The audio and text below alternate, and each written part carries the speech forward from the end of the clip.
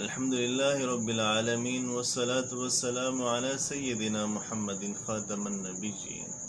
برادران اسلام، جیسا کہ آپ سب کو معلوم ہے کہ رمضان المبارک کا مہینہ اختتام پذیر ہو چکا ہے، تو عبادات کا سلسلہ ختم نہیں ہوا، کیونکہ اللہ تعالیٰ نے جن و انسان کو اپنی عبادت کے لیے ہی پیدا کیا ہے۔ وَمَا خَلَقْتُ الْجِنَّ وَالْإِنسَ إِلَّا لِيَعْبُدُونَ۔ رمضان المبارک کے مہینے میں رمضان کے روزوں کا بڑا اجر ہے اللہ تعالیٰ کے ہاں۔ اسی طرح اللہ تعالیٰ نے شوال کے 6 روزوں کا بھی بہت زیادہ اجر رکھا ہے۔ مسلم شریف کی حدیث ہے، نبی صلی اللہ علیہ وسلم نے فرمایا ہے، حضرت ابو ایوب جو ہیں وہ روایت کرتے ہیں، کہتے ہیں، من صام رمضان ثم اتبعه 6 من شوال کان کصیام الدہر، کہ نبی صلی اللہ علیہ وسلم نے فرمایا ہے کہ جس نے شوال کے 6 روزے رکھے اس نے گویا کے زمانے بھر کے روزے رکھے۔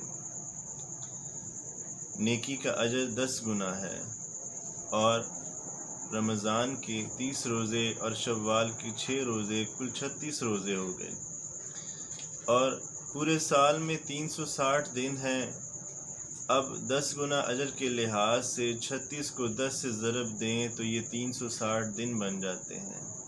جب 360 دن بن جاتے ہیں تو گویا کہ آپ نے پورے سال کے روزے رکھ لیے ہیں۔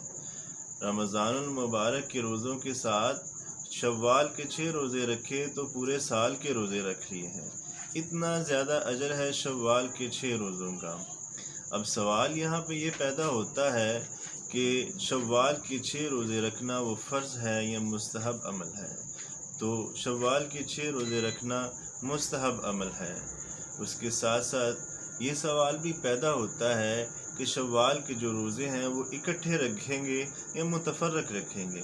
تو برادران اسلام، اللہ تعالیٰ نے دین میں آسانی رکھی ہے۔ آپ شوال کے روزے جو ہیں وہ چھوڑ کے بھی رکھ سکتے ہیں، ایک دن رکھ کے ایک دن چھوڑ دیں، دوسرے دن پھر رکھ لیں، اور اکٹھے بھی رکھ سکتے ہیں۔ اور اس کے ساتھ ساتھ ایک اہم سوال اور بھی ہے کہ اگر آپ کے رمضان المبارک کا روزہ کوئی چھوٹ گیا ہے، اس کی قضائی رہتی ہے رمضان کے روزوں کی، تو آپ نے شوال کے بھی روزے رکھنے ہیں، تو کون سے پہلے رکھیں گے؟ تو یہاں پہ یہ بات جان لیجئے ضرور کہ پہلے آپ رمضان المبارک کے روزوں کا جو ہے وہ قضائی دیں گے، ان روزوں کو پورا کریں گے، رمضان کے روزوں کو، پھر اس کے بعد آپ نے شوال کے روزے رکھنے ہیں۔ تو اللہ تعالیٰ کے ہاں نیکیوں کا اجر بہت زیادہ ہے۔